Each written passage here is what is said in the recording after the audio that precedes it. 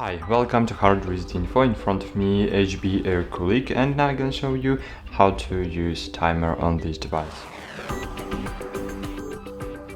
Well, firstly, you should enable your cooler, and afterwards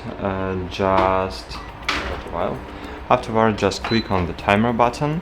And as you can see now, 05 hours light is lighting. It means that after 30 minutes, device will be automatically power off.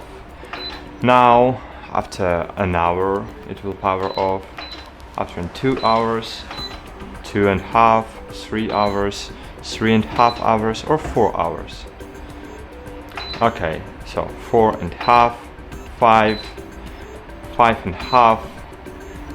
6 hours, then 6.5, 8 hours.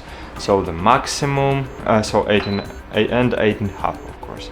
So the maximum you can set timer up to 8.5 hours. That's it. Thanks for watching. Like this video and bye. See you.